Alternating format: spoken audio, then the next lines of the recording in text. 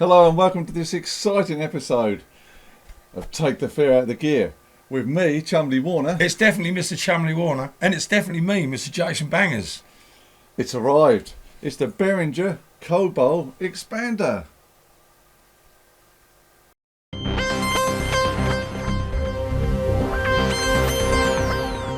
Chumley, we have another synthesizer in the room.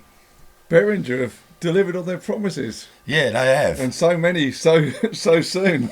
Yeah. So, as usual, we've tried to get one early. I don't know, are they out and about yet, Si, or not? This was a pre-order and luckily it arrived about a day or so ago. So cool. we dug into it. Here so we go. We might have another first. I don't know. There's videos we've seen them, but they're all by Behringer, we think. Yeah. So this is just what you would expect. It's another synthesizer. You might say one synthesizer will do the same job as any other synthesizer, which is true.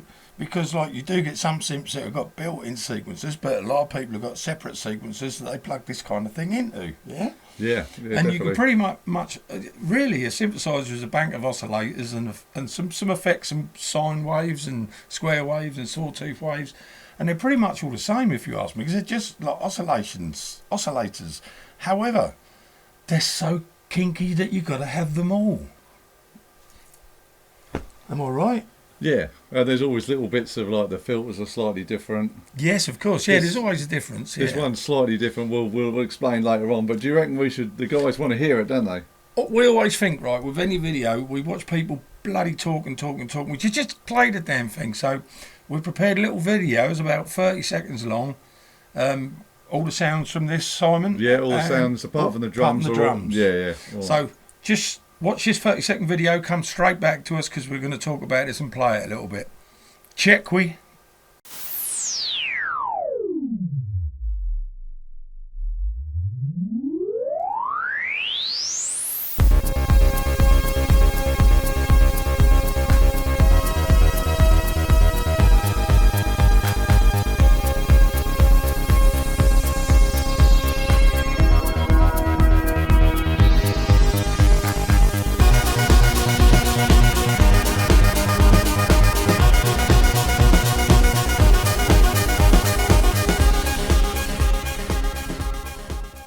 So, without even scraping the surface here. I like it. It's amazing what you can do. Yeah, and that's without really scratching the surface, really. It was just like a quick thing, wasn't it? Yeah, because it only arrived literally about a day or so ago. Yep. We spent, I don't know, an afternoon into the evening just preparing this little demo. Yeah. So we've literally been thrown in at the deep end, but I think it sounds really good. Yeah, so what do you think about that sound? I mean, if you've got good speakers or headphones, better than listening to it on your iPhone or your Android. That's all we can say. But I hope you liked it. I mean, yeah, it's a good tune, man. There's a lot you can do with it. I mean, that's just the base thing. You can change it, do loads with that, make it a really good tune. Do you reckon it's time? We ought to give the guys a rundown. I think it's that time. It's that time. Chumley Stats. It's definitely stat time, Chumley. So this is let's do a little bit of history. So this is based on the called the RCF Kobol Expander, the original one. When do you reckon that came out, dude? I don't know, but I don't know how they get away with it, Behringer. No, sorry, I don't know how they get away with it. Oh, I'm guessing that was in the 70s. Yeah. So the original ones were like 1978. Yeah. That was like a keyboard version. Then I think in '79 they brought out what you see here. The Kobol Expander? Expander. Yeah, it's not a flagship, but it's an expander. It is. It's an expander even. Yeah, and this was designed by two French guys called Ruben and Serge Fernandez. And we say merci beaucoup. And yes, it kind of got the reputation of being called the French Mini Moog. Yeah, I can see why. Especially the keyboard version of it, because it does look very similar to a Mini Moog. It sounds very much like one as well. So why have Behringer done this? Well, apart from everyone's been asking for it, the original keyboard version of this, the RCF version, how much, dude?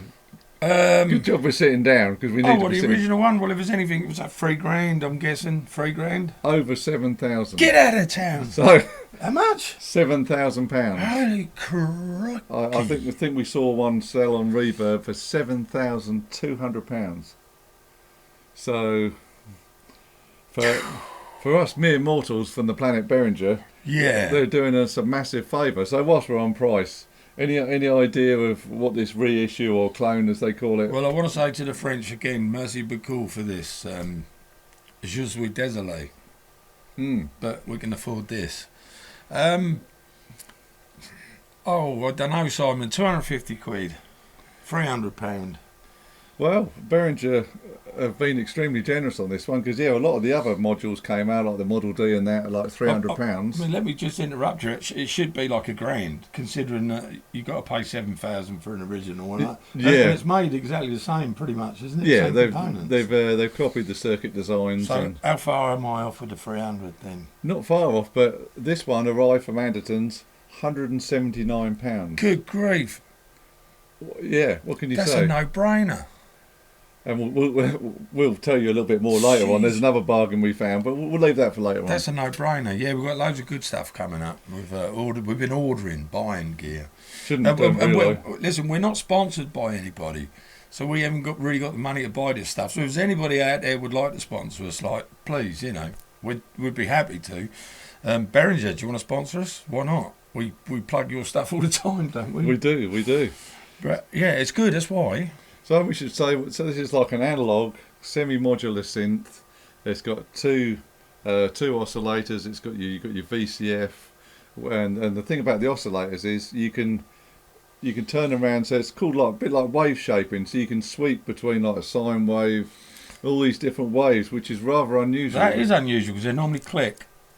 Yeah. Don't they? And what we've done, if you look at this camera here, the little patch point there, we've patched in the LFO to the waveform on the first oscillator, so it should be kind of sweeping through. So as we adjust this waveform here, it's working the oscillators. Is that right? Well, the LFO, which is like a pulse, Yeah. instead of I'll use this hand, instead of me turning this like this, the CV control voltage is doing it for us. Right. Okay. Well, this is one of the unique features. Yeah. Of this synthesizer. Cool. And doesn't it look lovely with the vocoder VC340? All the Behringer stuff really does go together well. They've thought about it, haven't they? So if anyone buys and continues buying, like the Poly D, this, put them all together, they look like It looks nice, they doesn't come it? from the same carpool. You just need a little specialised bracket just to fix it on your vocoder. Before you carry on with your stats, I've just got to do this. Sorry.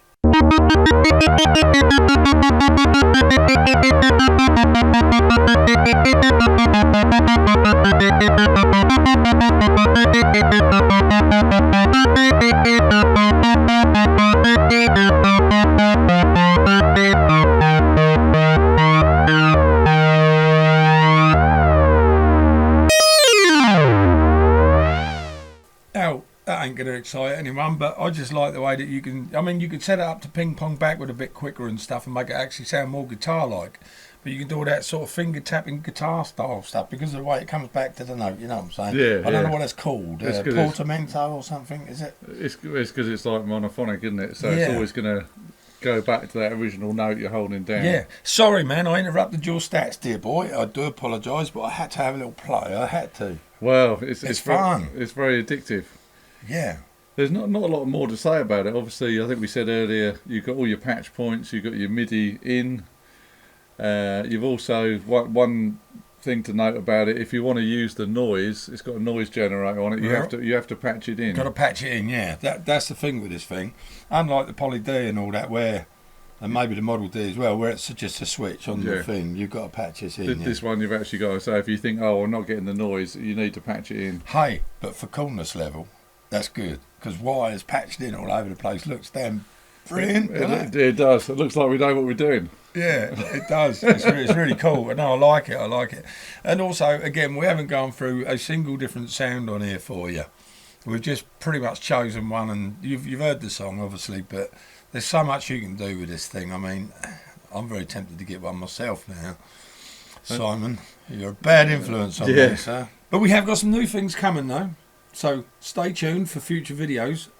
Well, I was going to say that obviously Jay mentioned we gave you a little demo of the song earlier in the video, but we have done as a separate video. We've done the whole of the demo song, plus we've got the sounds of each sound we used and those sounds, we put a picture with it, so you can see the panel on the front of the Kobol. So if you want to recreate those sounds, just pause the video and you can set up your Kobol the same. Yeah, so Simon snapshotted it for you. And also, just remember these demos are literally that. They're just demos. This only come in the other day. We didn't have time to sit down and write a song properly. So don't criticise the tune itself. It is what it is. It's just a demonstration that shows some sounds, isn't it? That's all it is. Yeah, and being an analogue synth, yes, you got to realise that you got to battle with it. The tuning can drift, and it doesn't. It makes it difficult if you wanted to play it with some plug-in synths, which are obviously in tune. You've got to be very careful with your tuning, because you got to actually, when you switch it on, leave it to warm up. And then the tuning should roughly be. So it is analog, yeah. Yeah, that's 100% analog, guys. Yeah, so keep an eye on your tuning, because otherwise you'll go and do a track, and then you'll find it'll be out of tune with the track you've just recorded. And I think that's why people like these analog synths, because especially these ones, there's no preset. Because it's character. Yeah, so when you invent a sound, obviously we said take a picture of the panel, but that is a unique sound. Yeah, it's not a sound that someone else has used before. It'll be totally unique to you. So we really hope you've enjoyed that. Hopefully it's been a bit intuitive for you and slightly useful. But one thing we haven't mentioned is don't pay any attention to the position of this stuff on here, because they don't do anything, because all it's doing is triggering that, yeah? Just in case anyone's looking at this thinking, oh, I'll use mine, and they're putting everything exactly where this is. It